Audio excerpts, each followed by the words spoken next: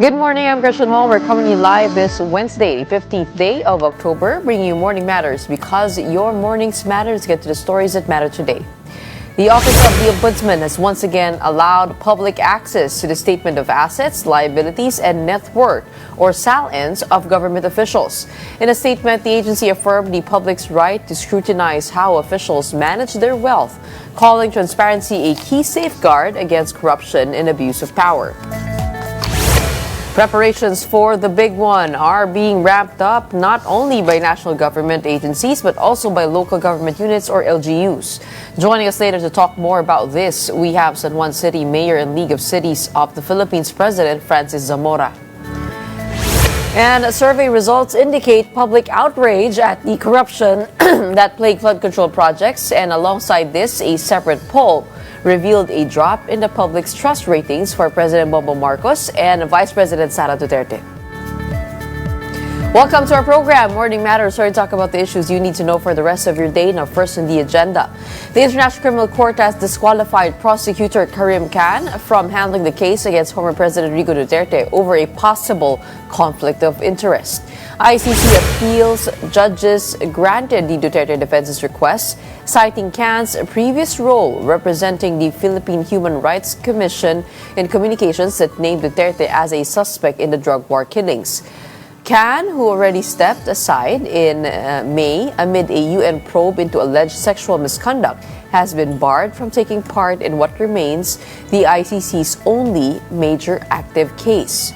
The case is now being led by Deputy Prosecutor Mame Mandiaye Nyang. Duterte, who was arrested in March, faces charges linked to thousands of killings during his administration's anti-drug campaign, but continues to assert his detention was unlawful. Vice President Sara Duterte believes the Marcos administration is controlling the narrative in the ongoing investigations into alleged corruption in flood control projects. More in this report. At a press conference in Zamboanga City, Vice President Sara Duterte accused the administration of being selective in its corruption probes, saying investigations tend to stop once the office of the president is implicated. Bakit specific yung pag-iimbestiga? Bakit hindi iniimbestigahan lahat ng corruption scandal? Bakit kinokontrol yung kwento sa corruption? Bakit hindi nilalabas lahat ng mga insidente o mga gawain o mga iskandalo sa korupsyon? Bakit pinipili? Kaya natin nasasabi lahat na merong controlling the narrative ay dahil pinipili nila kung ano yung gusto nila investigahan. Duterte also questioned the integrity of the Independent Commission for Infrastructure, saying it cannot be fully trusted since it was created by the President himself. Sinabi ko na yan, diba? Ang ginawa lang kasi ng Pangulo, noong tinamaan siya nung sarili niyang speech na mahiya naman kayo at nagalit yung mga tao, ang ginawa lang niya ay magpalit ng House Speaker at ng President ng Senate at gumawa ng ICI. Pero hanggang ngayon, wala pa rin nananagot. So on the question of integrity, definitely,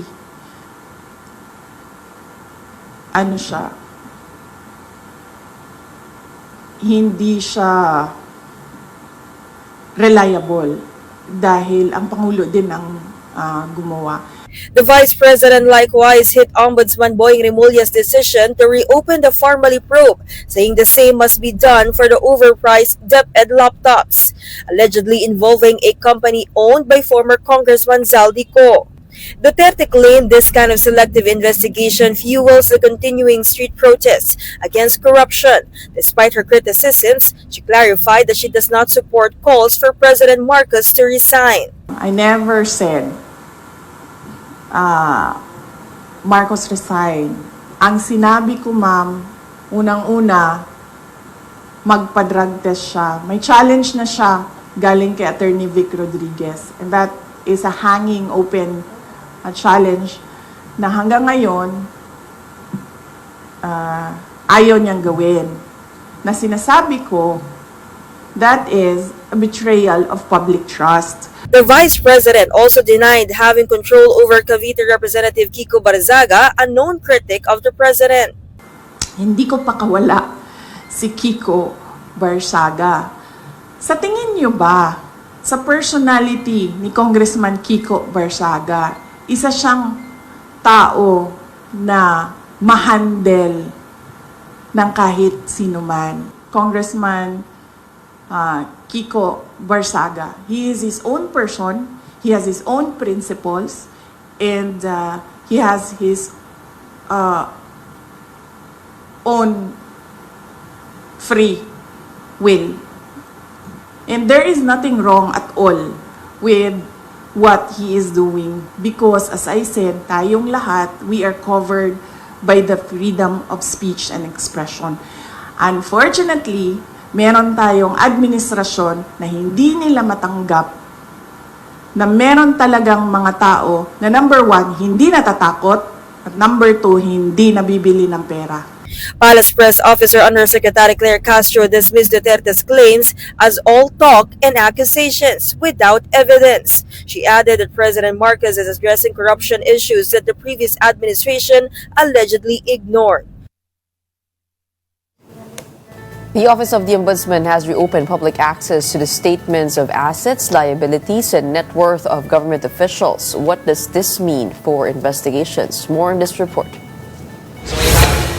It is now easier for the public to request the statements of assets, liabilities, and net worth or SALNs of government officials. The Office of the Ombudsman has officially revoked its 2020 order that restricted access to these documents. This decision is guided by a simple principle. The public has a legitimate right to know how those in government acquire and manage their wealth. Permission from the officials themselves is no longer required to view their SALNs. To request a SALN, the public must present at least 2 valid IDs, including one government-issued ID, and complete a SALN request form. There is a fee for reproduction and certification as outlined in the new memorandum order, which takes effect 15 days after its issuance this Tuesday. Obviously, it can help with the lifestyle check to see if there are disproportionate wealth within the ranks. However, some requests may still be denied. Approval can be refused if the SALN is intended for unauthorized commercial use, if the requester has a history of misusing SALNs, if the request is linked to a harassment case, or if the requester's identity cannot be verified. SALNs of national officials can be requested at the Ombudsman headquarters, while SALNs of local officials are available at the Ombudsman sectoral offices nationwide. The Ombudsman also holds the SALNs of the President and Vice President. SALNs of Senator, members of the House, and the judiciary are no longer under their control, but these offices are encouraged to issue similar directives for public access. Even SALNs from the past 20 years, including those filed under the Duterte administration, are now accessible to the public. So, even those SALNs po na kasama doon sa previous memorandum circular in the past administration is now open for public viewing. Former House Speaker Martin Romualdez attended the hearing of the Independent Commission for Infrastructure yesterday. He clarified he was not part of the bicameral conference committee that finalized this year's budget, but said he is willing to share what he knows with the commission. Romualdez submitted an affidavit and said he is ready to return if called again. He also offered to provide his SALN if required. ICI Executive Director Brian Osaka described Romualdez's testimony as helpful, noting that he named other lawmakers involved in the budget process.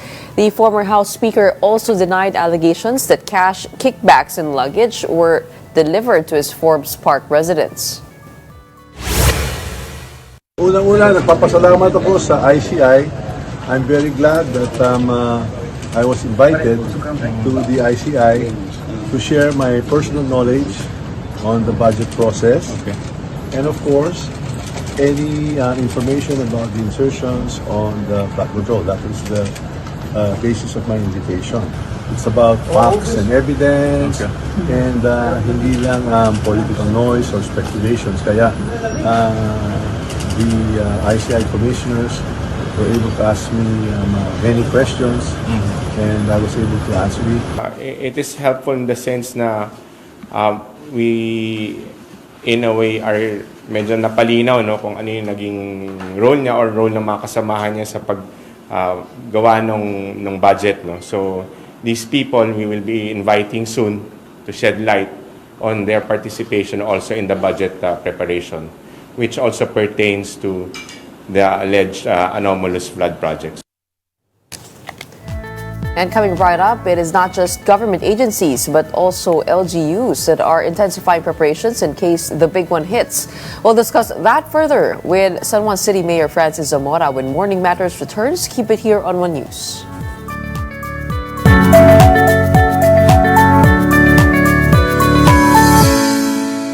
Good morning, I'm Gretchen Ho, and here on Morning Matters, we talk about the most pressing issues and give you the context behind the headlines.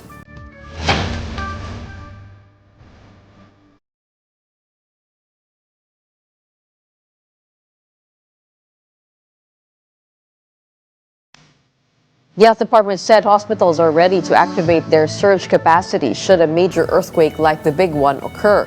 Secretary Ted Herbosa said each DOH hospital can expand its bed capacity by 10% to accommodate more patients if needed.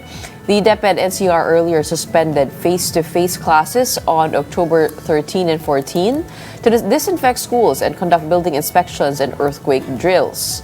Meanwhile, the League of Cities of the Philippines has called on mayors to step up disaster preparedness. LCP President San Juan Mayor Francis Zamora said cities should be equipped with emergency vehicles and supplies for quicker response. And joining us now to talk more about this, we have San Juan City Mayor Francis Zamora, who also serves as the President of the League of Cities of the Philippines. Good morning. Welcome back to Morning Matters. Yes, good morning, Gretchen, and thank you for having me again in your program. Okay, Mayor, we've faced major earthquakes going along different faults. Bukod nga po dun sa nangyari sa Bogo City na 6.9 at sa Davao na 7.4.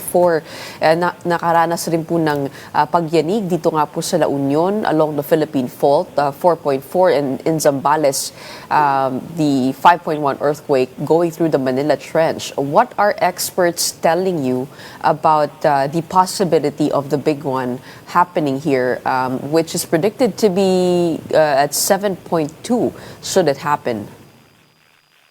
Yes, Gretchen, alam nyo, honestly, napakahirap talaga malaman kung kailan ba mangyari ang the big one. So ako para sa akin, iba na talagang handa tayo because no one can really say, will it happen this year, 5, 10, 20, 30, 50 years from now? No one can really tell. Pero mabuti talaga na handa tayo. That's why, Gretchen, I have called on my fellow mayors all over the country for us to have continuous capacity building in disaster response and preparedness. Yung ating mga earthquake drills, huwag nating mamaliitin, huwag nating isiping alam na natin ang lahat. Mahalaga talaga na maging muscle memory sa atin. Ano ang dapat natin gawin, saan tayo pupunta ng mga evacuation sites. Yung duck cover and hold, huwag nating isiping biro lang ito, dapat seryosohin natin siya because in the event of any earthquake, dapat alam natin anong gagawin. We must not panic, we must stay calm and collected. So iba talaga na meron tayong tamang kahandaan, tamang pagsasanay. We must always be informed and alert.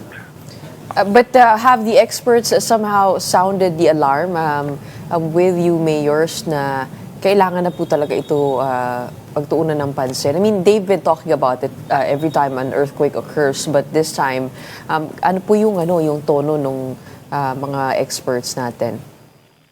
Yung FIVOLs actually, if you read about what FIVOLs has been saying, sinasabi nila hindi raw connected yung mga earthquakes. But ako, nagtataka, in the last so many years, ngayon lang naman tayo nakaranas ng sunod-sunod earthquakes na ganito kalalakas.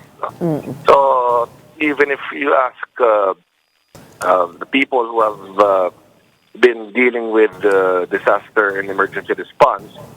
Ngayon lang ako nakakita na in the last how many weeks? 2 weeks? 3 weeks? Na sunod-sunod talaga at malalakas at iba-ibang bahagi ng ating bansa. So sa totoo lang, nakakatakot, very alarming. And we are seeing that these areas are those that surround Metro Manila. So again, wala talagang makakapagsabi kung kailan ito mangyari. Mabuti lang na handa talaga tayo. But it has definitely heightened our sense of urgency when it comes to the big one. And speaking of that, how prepared are our cities in Metro Manila? Meron na po ba tayong previous assessment na ginawa? Kasi meron pong study back in 2003 over the impact, should it happen, conducted by JICA. Kamusta naman ho ang inyong pagsusuri dito nga po sa ating mga buildings, sa ating kahandaan ng mga ospital? What are you seeing here? Gretchen, ito mahalaga ang ating Republic Act 10121, the Philippine Disaster Risk Reduction and Management Act of 2010. It is the law that strengthens our country's disaster management system, which mandates a comprehensive, all-hazard, multi-sectoral approach to disaster risk reduction and management. This shifts the response more focused now on prevention, mitigation, preparedness, and recovery. So hindi lang siya response, pre-disaster undertaking na siya. So ito yung dapat i-maximize natin, Gretchen, na bumili tayo ng mga sapat na kagamitan, mga emergency rescue vehicles and equipment. Gamitin natin ang pondo nito for training, capacity building. So these are things that we have to do. Again, yung ating OBO, binanggit ko na rin sa ating pahayag, yung ating mga offices of the building official, kada LGU merong OBO, Gretchen. Dapat masigasig sila na nagsasagawa ng mga structural integrity audit, both sa public and private infrastructure. Meron din tayong National Building Code na sumasakop po sa atin na nakasaad po rito ang mga tungkulin ng mga building owners. So dapat beyond 15 years, kung ang iyong mga buildings, mga structures at beyond 15 years, dapat ay i-recertify ito ng ating mga building officials. And if I may share also, dito po sa San Juan, meron po kaming joint undertaking with COICA, ito yung Korea International Cooperation Agency, kung saan sila po ay magsaset up sa San Juan ng 3 earthquake sensors. So, malaking bagay po ito kasi pag meron tayong ganito mga earthquake sensors, mas ma-detect natin kung meron ng movements within our area. So, again, let us maximize the Republic Act 10121. Ito ay naipasa ng 2010 para nga hindi natin ikagulat na lang kung biglang mangyari nga po ang big one. Dapat talagang handa po tayo. Ibig sabihin may pondo po tayo pumapasok dito sa Republic Act 10121? Yes, Gretchen, ang ibig sabihin yan, meron tayong tinatawag na CDRRMF pag tayo ay city. So, meron din PDRRMF kung tayo ay province. So, ito yung Disaster Reduction Management Fund. You can tap into this fund, Gretchen, for pre-disaster response and preparedness. So, hindi lang pondo na para masabi natin halimbawa may calamity na nagre-release ng calamity fund. Ito, even prior to the calamity or the disaster, you can really tap into this fund. So this should be maximized. Even the barangays, Gretchen, meron silang BDRRMF. So dapat na magamit dito ng tama. And speaking of buying equipment, ano po kaya yung dapat bilhin na nagkukulang pa sa ngayon ng mga LGU? Yes, Gretchen, I don't have with me now yung list ng mga equipment ng mga LGUs. But again, if I can talk about San Juan, meron tayong mga equipment for extrication. Kung sakaling mag-collapse ang isang gusali, dapat nakapag-extricate tayo ng mga mamamayan natin kung sakaling maipit ang ating mga vehicles that can respond, kung responde kung meron ng mga ganitong kalamidad, halimbawa yung earthquakes, and yung communication system. Kasi kung magkaroon na nga ng malawakang brownout o blackout, kailangan nakakapag-communicate pa rin tayo.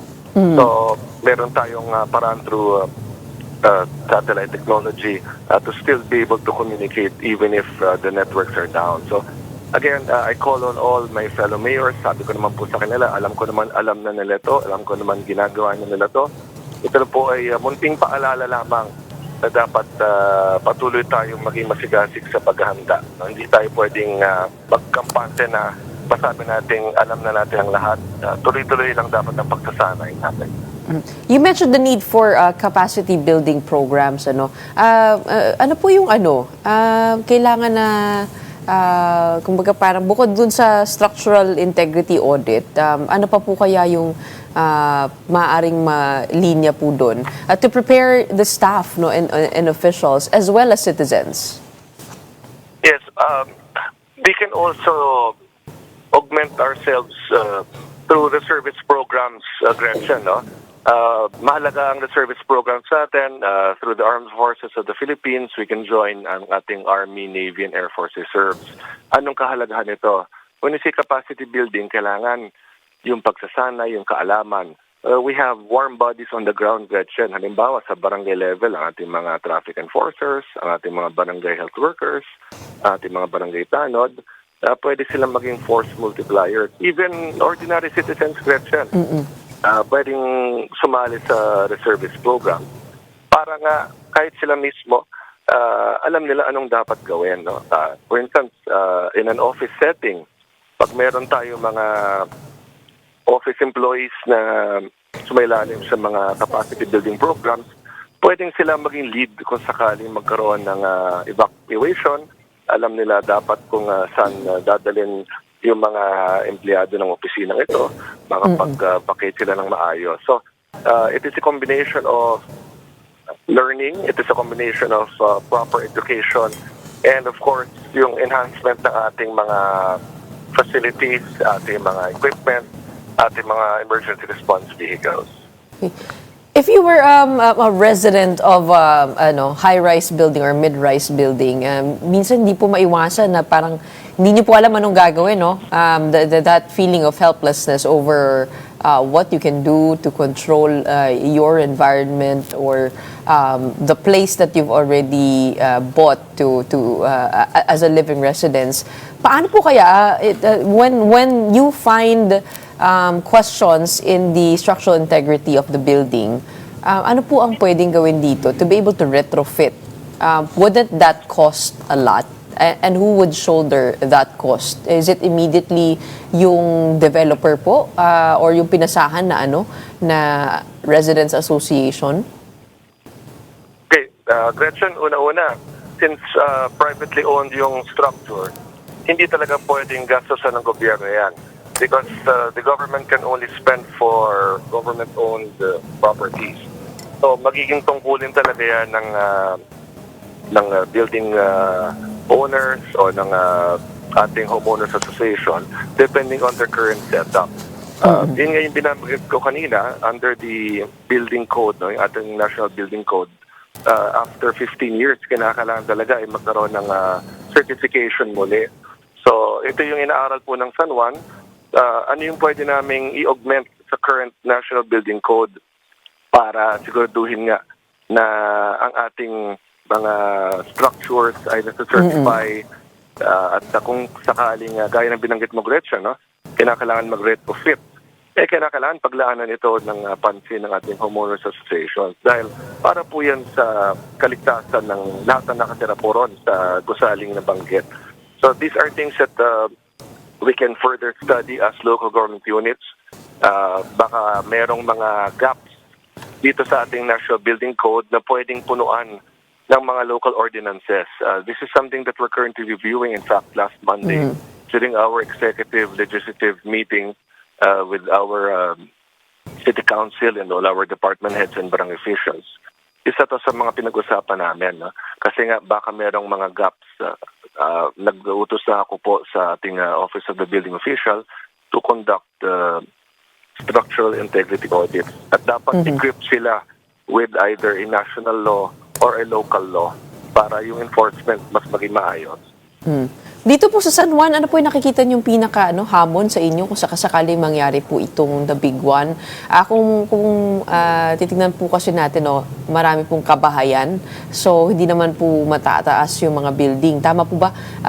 Along San Juan. And where can residents go? Is it an open field or an open space? Which areas are you preparing for that evacuation? And ano po mensahe po natin sa mga residente na anxious na po ngayon over these back-to-back earthquakes? Yes, Gretchen, to answer your question, ang San Juan, mostly residential area talaga kami. No?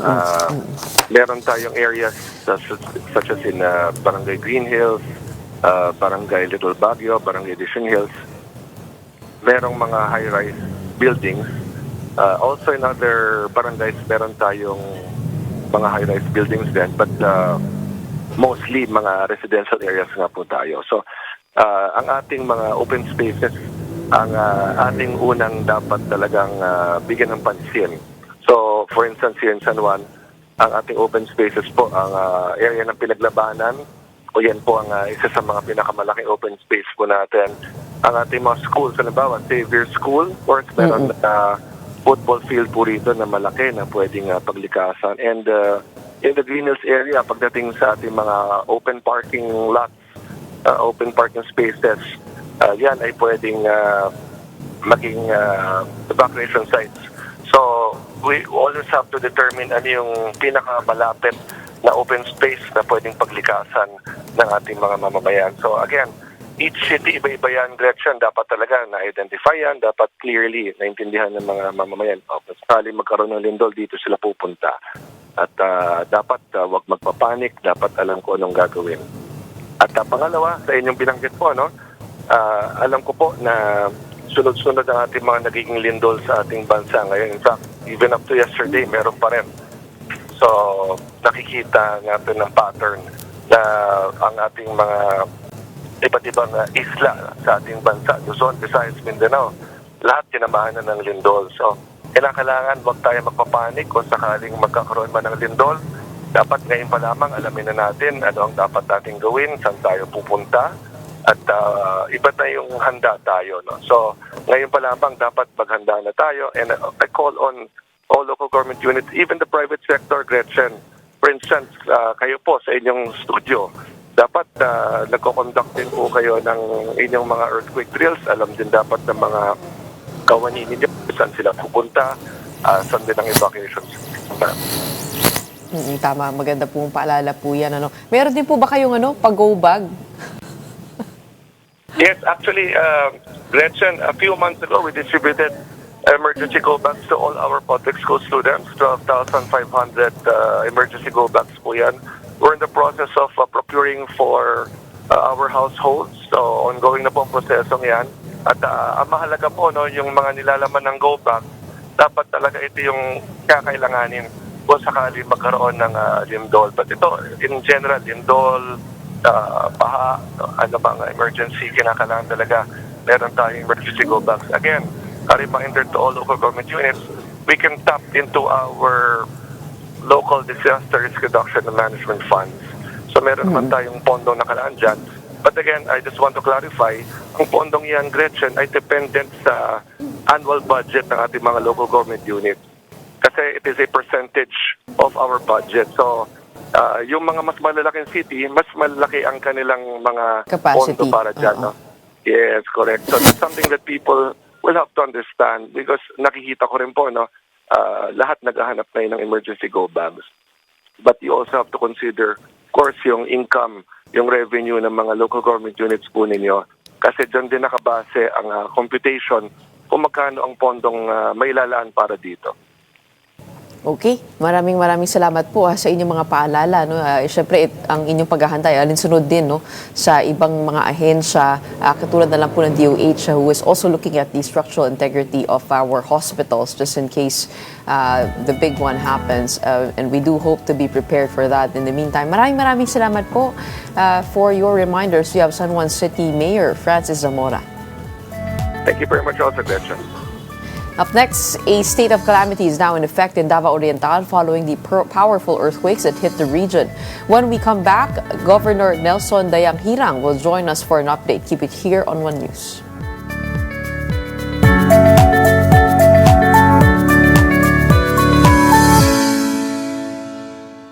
Welcome back. You're still watching Morning Matters here in One News. Davao Oriental has been placed under a state of calamity following the magnitude 7.4 and 6-point earthquakes that struck the province. Governor Nelson Dayanghirang said government agencies were immediately deployed to carry out relief and rehabilitation efforts in affected areas. The declaration allows the provincial government to tap emergency funds and implement urgent interventions to support communities impacted by the quakes. Authorities also urged residents to stay alert and follow guidance from local officials while relief and recovery operations are underway.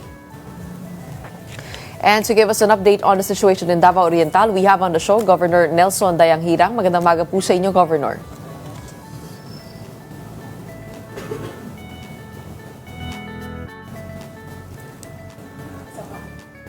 Governor? Hello, Andyan good po kayo? morning. Good morning po. Ayun, oo. Good morning, magandang umaga ho. Unang-una ho, kamusta ho ang sitwasyon po dyan sa Davao Oriental? What is the latest number in terms of injuries and casualties? And are you still experiencing aftershocks? Actually, tuloy-tuloy pa rin po yung mga aftershocks natin. No? So far, as of early this morning, ang number of families affected natin umaabot na sa 906. Ang totally damaged houses po natin is nasa 752. Ang partially damaged po natin is nasa 10,629 na po. And as of now, meron po tayong casualty na 3 and meron po tayong total na 294 injured. No, tuloy-tuloy pa po yung assessment natin sa mga structure para masiguro natin na safe yung ating mga kababayan at tuloy-tuloy rin po ang ating pagbibigay ng mga relief assistance sa mga nasalanta ng earthquake. Okay, ito pong earthquake na nangyari po sa inyo nasa 7.4, mas malakas po dun sa 6.9 sa Cebu, sa Bogos City. Ano po yung assessment po ninyo doon po sa impact po niya sa inyong rehiyon, sa inyong probinsya po, and assessment of the extent of the damage? Actually, kung titingnan po ninyo, dahil sa highly populated yung Cebu compared to Davao, province of Davao Oriental, kung meron man kaming mga damage, kung titingnan ninyo, iilan-ilan na mga totally damaged and partial damage compared to the city of Cebu. But sa impact po ng lindol ay napakalakas talaga dito sa probinsya ng Davao Oriental. Then as of now, yung mga pasyente namin sa hospital ayaw pang bumalik sa loob ng hospital na nasa labas lang po sila ng hospital dahil nagkaroon na po sila ng ubya dahil sa hindi lamang aftershock but meron pa pong sumunod na 6.9 na napakalakas rin po na lindol. So yun po yung pinaka nag-make ng difference, yung siguro yung congestion dun po sa Manay, na epicenter nung earthquake, at yung sa Bogos City mas marami po talagang mga buildings. That, do you think, was the difference maker? Yes po. Yes po. No, yun ang analysis natin dahil marami ang population sa Bogos City compared sa municipality of Manay. Nasaan po ang mga residente po ngayon kung marami pong na-damage ng mga kabahayan? Actually, yung iba pong mga residente nasa iba-ibang evacuation center as of now. No, at tuloy-tuloy pa rin ang pagbibigay tulong natin sa mga nabiktima and nagpapasalamat rin ako sa mga iba-ibang individual, kumpanya at lalong-lalo na sa ating gobyerno sa tuloy-tuloy na pagbibigay tulong sa mga nabiktima ng nakaraang lindol. Saan po ang evacuation center at sapat po ba yung resources po ng inyong probinsya? Ang mga evacuation center po namin, iba-iba sa bawat barangay. Meron tayong mga evacuation center. So marami pa po ang nanatili dahil sa takot at pabalik-balik na aftershock, no? So para naman po as of now, dahil sa marami rin tumutulong, meron pa tayong sufficiente or sapat na pagkain at tubig para sa mga nabiktima ng nakaraan nito. Okay. And how are the power and water lines and the signal also in the area? So para stable naman po ang power namin dito, yung signal o naman po. The only problem namin sa municipality of Banay is malaki talaga yung nasira sa mga pipes sa water system. Kaya kahapon ng umaga, nandoon tayo, pinulong natin yung provincial engineer team at saka DPWH engineer team upang pagtulong-tulungan na maayos na mabilis ang linya ng tubig po. So ito po ay nasira dahil po sa earthquake? Yes po, dahil po sa earthquake. O na-damage po sila. Sa ngayon, ano po ang prediction po ninyo kung gaano katagal yung mga families kailangan manatili dito sa evacuation center? Medyo marami po yung nabanggit nyo, 752 totally damaged homes and 10,000 partially damaged. Ito po ay, do you foresee this to be a long rehabilitation? Gaano katagal po ang mga pamilya sa evacuation center? Hindi po natin matansya ito dahil sa dami ng apektado at alam naman natin, pag nawalan ka ng bahay, napakahirap pong itayo, no? But anyway, by Friday, magbibigay na po ang provincial government ng financial assistance. Kasama natin ang municipal government para isahang bigayan sa mga totally damaged po ng mga houses. And ano po ang mga kinakailangan sa ngayon to be able to rebuild these houses? Actually po, nananawagan ako sa ating mga kababayan at sino man gustong tumulong. Nakikiusap po ako na sana may makapagbigay po ng mga construction materials para dahan-dahan matulungan natin makapagtayo ulit ng bagong bahay ang mga nasalanta na pamilya ng nakaraan din doon. Construction materials po, mga pangbubong po ba yan? And semento? Yes po, yes po. Oho. But you are tapping into the emergency fund for the province, no? How much is the fund that you're seeing here that will be able to help in the recovery and reconstruction? Wala pa po kaming cost estimate but nevertheless, pagbibigay po ang province of Davao Oriental ng initial na tulong sa mga totally damaged in the amount of 10,000. Then magbibigay rin po ang bawat munisipyo at city sa mga totally damaged. Then isusunod namin po bigyan ng tulong yung mga partially damaged po. And then, bilang panghuli, no, kasi yun nga po, no, medyo ito po ay long process, no? What are the wala po talaga kayong prediction kung gaano katagal mananatili po sa evacuation center? I mean, given po yung impact. As of now po, hindi pa namin matansya. No? Madepende po sa bilis ng tulong na maibigay natin at tulong na dumating sa atin para makapagawa sila ng bagong bahay po nila. Pero sa mga hospital po natin, government buildings, schools, how are those buildings? Actually, may mga assign na po tayo by department, by agency sa pag-assess at sa pagkukuni ng mga nasirang government structure upang maibalik natin sa normal ang kasalukuyang lugar namin dito sa probinsya ng Davao Oriental. Pero dahil nakakaranas pa po kayo ng mga aftershock, medyo are we out of the woods or not yet? And also in terms of food supply, meron pa po ba kayong kinakailangan?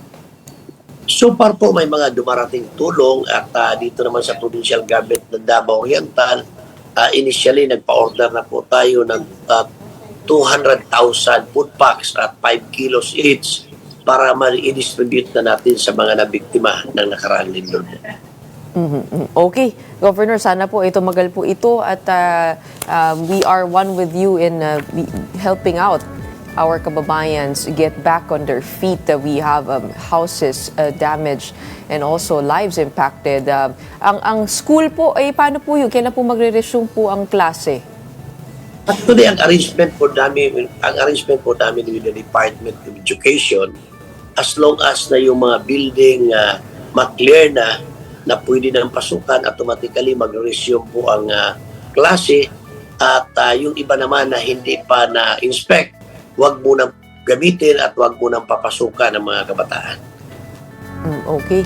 Sana nga po makabalik po agad ang ating mga kababayan dyan. 176,000 families affected by the major earthquake in Davao Oriental. In the meantime, maraming salamat po para sa inyong oras. Please do stay safe. And we call out, of course, for construction materials to be able to help the residents get back to their homes. That is the call out of Governor Nelson Dayanghirang. Thank you for joining us this morning. Thank you po. Thank you. Maraming salamat po. A new Octa research survey showed most Filipinos are outraged over corruption in flood control projects and strongly support President Bongbong Marcos's move to expose the scandal. The tugon ng Masa survey found 60% feel angry, 30% feel fear or anxiety, and 9% feel disappointment or sadness, with anger highest among Gen Z and millennials. Meanwhile, a new social weather station survey showed public trust in President Marcos and Vice President Sara Duterte has declined.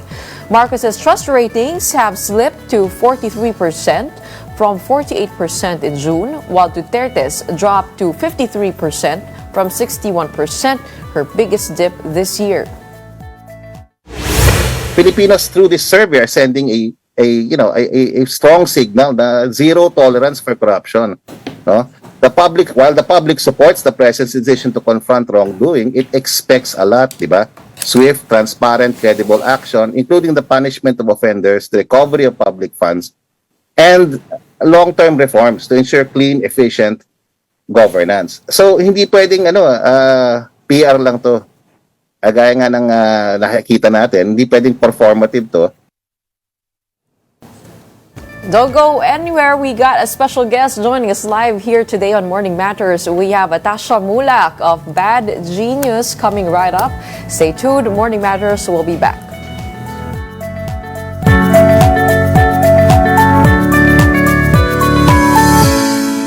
Welcome back. You're still watching Morning Matters here in One News. Tasha Mulak steps into the spotlight with her first solo lead role in the Filipino adaptation of Bad Genius, the series. She takes on the role of Lynn, a brilliant public school scholar who masterminds an elaborate cheating scheme. Tasha said the project was a dream come true, adding that she was honored to work with a talented team and determined to give her best performance. Joining Atasha in this series are Jairus Aquino, Gab Lagman, and Hyacinth Calyado, with support from Sara Labati, Irma Adlawan, Romnix Hermenta, and Yayo Aguila. We have Atasha Mulak joining us today on Morning Matters. Welcome to our program. Thank you for having me. This is a dream come true. How? Yes, in what sense? of course. Is it the cheating part? Experience it? No? Yes, of course. It was a very, very touching experience for me because my first project ko po and lead role. So of course there was the pressure and the challenges kasi bigat ng mga eksena. Pero sobrang grateful ako that I was able to work with this cast and this director. Very. But it's actually, I say, kung naging pangarap mo ba yung maging in that position where you're very smart and have the capacity to actually make money out of cheating. Di ba? Parang ang ganda ng konsepto na yun. How did you play around with that idea and put it in the Philippine context from the original Thai film? Actually, what's interesting with this show is that we embrace the Pinoy culture, being family. So most of our sacrifices being made was really for our family. So being able to play a role that experiences real and raw emotions was for me truly something that I'm so happy to do. Because it's bringing me back to when I was a high school student. Alam mo naman yung stress with exams, final submissions, tapos friends, and then along the way, minsan, your friends, they have this rivalry, and the next thing you know, it was just one big misunderstanding. Kagaya yun sa Bad Genius po. So you kind of see the interesting dynamics and different colors of each character come together with one goal, pero hindi naman sobrang bad yung goal. Tell us about your character, Lynn. Yes. So si Lynn naman, she was an inborn genius. And I guess the similarities with me and Lynn is that our love for her father. Kasi just like me, I super love my father and I'll do anything for him and my Siyempre, family. yun si Aga Mulak lang naman. Of course Love din naman. namin siya.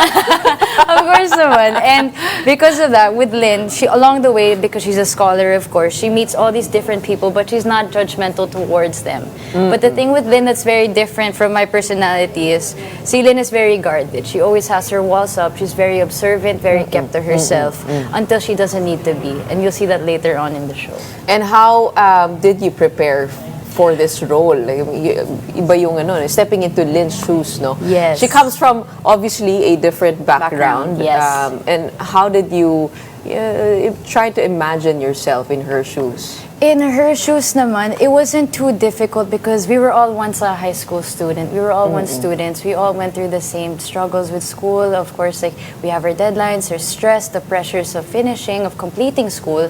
And with Lynn, it was easier to dive in because everything she was experiencing was real, and it also came from personal experiences in the past. When I was still a high school student, or when I was a college student, living alone, of Paano ba course. yung cheating yan? Paano ginagawa? Iba yung cheating naman. Si Lynn naman, sobrang Nung panahon matalino ka, susulat doon. lang sa table eh. Yes. So, si Lynn naman, actually weird kasi I've never cheated in school. So, first time ko na-experience mag-cheat sa eksena, sabi ko, masaya pala. Pero, hindi naman yan yung point ng show, syempre naman. Because she had no choice. She had to come up with a system to make amends just for her family, to provide, to help. To help the people around her without anyone suffering along the way. Kasi the goal was to help numerous people. And then eventually the story unfolds and you see different plots. Yes. And how did you find the moral dilemmas encountered by Lynn? Because this is a story of ambition, Yes. story of moral choices, Yes. and having financial pressures all at the Yes. same time. Yes, all I can say is the moral story with this is that the good will always win and the truth always comes out regardless. So no matter what it is, no matter what you're going for, what's going on in your life, just always pick the good. Because at the end of the day, kahit kung maisip ka na, if I'm gonna do this and it's kind of bad, it's going to come out and there will be consequences. So nahuli si Lynn? Di ko alam. Tingnan natin. Abangan na lang. Papanood kasi, pero dito may mananagot. Hindi ka tulad sa tunay na buhay. Wala pang nananagot. Lalim na hugot, ano. How was it working with your co-actors, Jaira, Gab, Hyacinth? Oh, it was a blessing. It was a pure treat kasi I was able to work with very experienced actors and I was so lucky that they were so kind. Every single scene, every single taping day, they were nothing but the nicest. And I was so lucky that ito ang cast ko, ito yung kasama ko. Tapos yung buong production team with the cameramen, we all became friends with the DOP, the producers, everyone got along. But you as the lead role, how did you lead this team, and how is this different from your other jobs in the past? I would say, it's very different from yung jobs ko sa past. Kasi yung job ko before this was hosting and it was very personality ko. True to yung personality ko, sobrang makulit, bubbly, fun, and then this is tackle something more serious. So, syempre naman kailangan maging serious dito. And being a leader, it didn't feel like that. It all felt like we were working together as a team. And I said to myself, the promise that I can give to everyone here is that basta I'll show up to set giving my best, my 100%. I can't shortchange myself and I can't cheat my way into making this good. I have to give it my all. And I'm happy that now that it's You done. didn't feel the pressure Of carrying course. this lead role. You did. There's pressure, of course. I felt the challenges and I felt the pressure. Pero at the end of the day, if you want something good, nothing comes easy. Anong pinakamahirap na eksena para sa'yo? Yung mahabang dialogue ng Tagalog. Yung mahabang monologue. Pero Minemorize ko mo. lahat ng mga lines ko. Minemorize ko word for word. Pero happy ako kasi I'm still learning Tagalog, of course. And I learned a lot along the way. Magaling ka nga eh. In Ay, fairness, salamat. Thank you po. Thank you. I mean, and how did your parents guide you through this journey? Anong sinasabi nila sa'yo? Kasi actually, nasubukan ko rin mag-act once. So, pero sa music video lang yun. Mahirap pa yung play of emotions. I mean, going from really happy to serious to one moment crying. Yes. Diba? Parang that whole range of emotions, you need to feel it. Yes. What is your strategy and how did your parents guide you through that? I think they guided me secretly without having to be very vocal about it. Because what they did was, for both me and Andres, they let us experience a normal life. We had a very normal childhood. We went to school, we played a lot of sports, we made a lot of friends, whatever we were into. Of course, if we go through some troubles in life, then we experience it on our own. They always tell us that's on us. It's our own choice. So if we do something bad, then expect the consequences. But if you do something good, at least you can leave it knowing that you did good. You had nothing but good intentions. And their advice there was that when you go into this, you've had so many years of experience, of real life experience. That's all you need in life. It's just experience. And you're only gonna learn if you try. How are your parents able to provide you that normal childhood? Anong nilagay nilang safeguards? What they did was they kind of just protected us in a way where kahit anong gusto mong gawin, go lang. They never stopped us. They never reprimanded us. They never told us that you can't do this, you can't do that. They always advised us that this is not the right thing to do, pero maybe next time ganito. So it was always it was more advising, less more of a sermon na no, bawal ito. More like, you can do this is what's wrong, and this is what's good. But remember, always have a good heart in whatever you do. If your intentions are good, there's nothing to worry about. But you didn't have a spotlight on you your whole childhood. Hindi ganon. No. Medyo nagtago din kayo. We never really felt that feeling of a spotlight when we were younger. We would just play. We would just be kids, just have that normal life where I'm playing with my brother. We would meet people. We would play on the streets. We would experience all of these things, and we're so very grateful that we were able to experience that. And even when we went abroad for college, that was a different story. We were able to be alone by ourselves and survive, of course, those 3 years. As a college student, of course. You went to college here? No, in the UK. In the UK, Yes. okay. So it was a very different system, and we were all alone. So of course, there was adapting to different cultures, but nonetheless, it was still an experience. But high school was here? Yes. Yes. Yes. What is the dynamic of mom and dad? I mean, may good cup, bad cup ba yan? Wala Ano naman. yung strength nila? And what have they imparted to you? Of course, we do know they're both into acting. Yes. Ano yung parang special skill Ang special na minana skill? ninyo o pinapamana sa inyo? Actually, if I had to pick, I would want all of it. Of course, syempre naman. I would love to have all of their traits because I admire them more than just parents, more than just actors. I admire them as people because to me, they're the kind of people. They've always been so kind and selfless growing up. They've never dictated. They've never kind of said that. They've never judged anyone. They've always had such an open heart. And of course, as kids, of course, minsan sobrang makulit kami ni Andres, of course, but they were so kind about it. They always encouraged us to be ourselves. And they always said, just be yourself. And just remember, tandaan mo, basta, if your heart is good, you have nothing to worry about. So you really want to take this track as an actress? Of course. Acting is the Yes. main talent you want to pursue? I Or want is to it do hosting? everything as much as Everything I can. that's I would love to possible. try Oo. all, of course, because I'm still so young and I just started. So I kind of want to try everything, experience everything, and learn from there. Because the best place is to just start. What's your dream role? Dream role, action. Action. Action, siguro Jezebel. Jezebel. Manifesting, ah. Manifesting. Hindi, pero okay, nag-aaral ka ng Tagalog kasi yan yung susi, no, sa tagumpay dito sa industriya. Yes. Pag magaling kang mag-Tagalog. But I kind of see your mom now. I mean, talaga? Yeah, after a while, Thank I you. see her. And both of them have grown up in, I mean, galing pa sila doon sa mga OG ng Philippine showbiz, di ba? Yes. So, sila yung mga trained in how you should conduct yourselves professionally in the set. So, ano yung mga reminders nila sa'yo palagi? Ang reminder sila palagi is just to always have good intentions talaga and don't shortchange yourself. Don't think na kaya mo kasi, kunyari, if you have this responsibility to do, put the work behind it. Don't be shy to work. Just jump, take the risk, and go for it. And you never know what's gonna happen, basta you keep on doing it. And you don't ever stop yourself from reaching your goals or trying Mukhang to ang achieve it. ipinamana nila sa'yo ay lakas ng loob, ano? Ay! And it is a confidence that you would need and would take you through a role such as Lynn's and more in the future. How about for matters of the heart? Anong pinapayo nila sa'yo?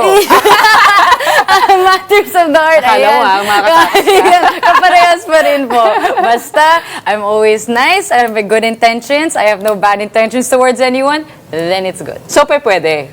Pwede naman. Pagmahal. Pero work muna. Work pa muna tayo, di ba? So, meron ba nagpapasaya sa'yo? Work pa muna tayo, di ba? Yung work ko po is Work. making me happy. Oh, I'm yun so din yung lucky. sinabi ko dati, puro work. Yes. Oh, huwag mo na masyadong patagalin. maraming salamat. When can we watch The Bad Genius? Yes, And malapit where? na. October 18, dito na sa TV5. October 18. Yes. How many October days? 18. 3 days na, malapit na. Malapit na. What time can we watch this? 6:45. 6:45 p.m. on TV5. We have Atasha Mulak playing Lynn in the Philippine adaptation of The Bad Genius. We look forward to that role and more. And excited for what's ahead for your career. Maraming salamat for joining us. We got Atasha Mulak here on Morning Matters. Thank you. And that wraps up today's episode. We hope we've given you the right start to your morning. Let's go ahead and make the day matter. My name is Gretchen Ho. We are One News, all sides, all the time.